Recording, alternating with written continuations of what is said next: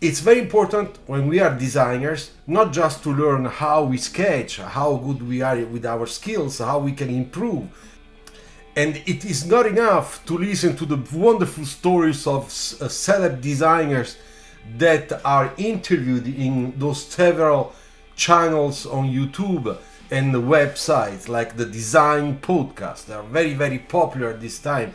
And I thank, of course, my friend Sam, who with Crown Unfiltered started this new way of communicating design experience from designers that have made the big changes in car design to younger designers that have not such a big history but were able to make a change, or particularly something particularly important in car design nowadays. What is important for you in order to understand more about car design, transportation design, industrial design, or design in general, it's also to nurture your personal culture. Since school, you know, when we are kids, all our teachers always asked us, you have to read some books. You cannot stay without reading books. Our parents said the same thing, and they were right. And even if I'm not a big reader during the year, I do have a beautiful library which is full of books that of course I have read. I would say that this library, I have it since 25-30 years now. I keep on buying books. So today I have those 3 books.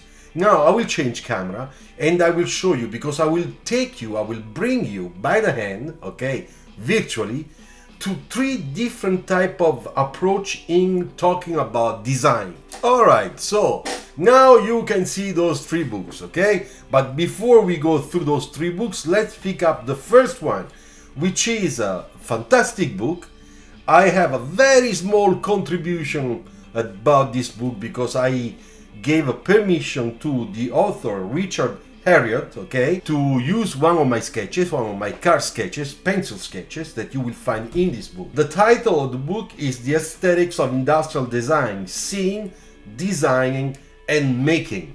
Now, this is a book, it's a typical university, design university book, school book, that really explains very, very well basically how products are made in terms of surfacing, in terms of reflections, in terms of sections, in terms of volumes, in terms of proportions, and how design students and designers use their skills to think about how to produce those beautiful shapes that are functional, because don't forget, design is something that must work, must improve people's task, daily task, okay? So every product we make, every car we make should be not just beautiful and full of emotions because it's so beautiful, but also because it's feasible, cost efficient, and most of all, practical, you know, making people's life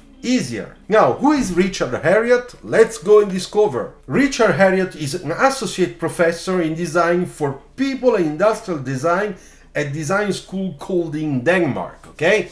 So, this is a book that is written by somebody that is in a design school, design university, is a professor, is a designer, and is somebody that has lots of years, many years of studies and thinking about design, industrial design, with also a wider angle, okay, to car design and other form of design.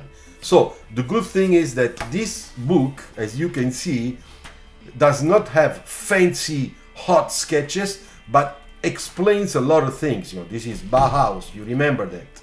And if you don't know Bauhaus, you should go and buy a book on Bauhaus design. I suggest you to buy it, because reading this book and looking at the pictures and the explanations, you understand how you have to think. This is a book that helps you to think, you know, how you put things together. And it's not just a sketch, it's a book that helps you to make the synthesis, you know, between your sketch in 2D and developing that sketch into 3D, in 3-dimensional, whether it's going to be virtual or real model. So that's why my first choice today is this book. Very important, The Aesthetics of Industrial Design by Richard Herriott. And Richard, thanks for the book. I got it and I'm very happy. I read it, it's fantastic. I made a beautiful interview with Fabio Filippini, who is the author of this book. All right, let me put this on the side. It's better, so we have only one book at a time. And this is 15 lessons about car design. You will discover inside a lot of excellent sketches, renderings with explanation, so that you have a history about the source of certain ideas and then how those ideas have been developed through the time. This book is fundamental, in my opinion, for all students about car design. This is a really car design book, okay? And I repeat, in this book you will find not only the good sketches, but you will find the philosophy, the history, the passion, the motivation, how you think, problem solving, design process.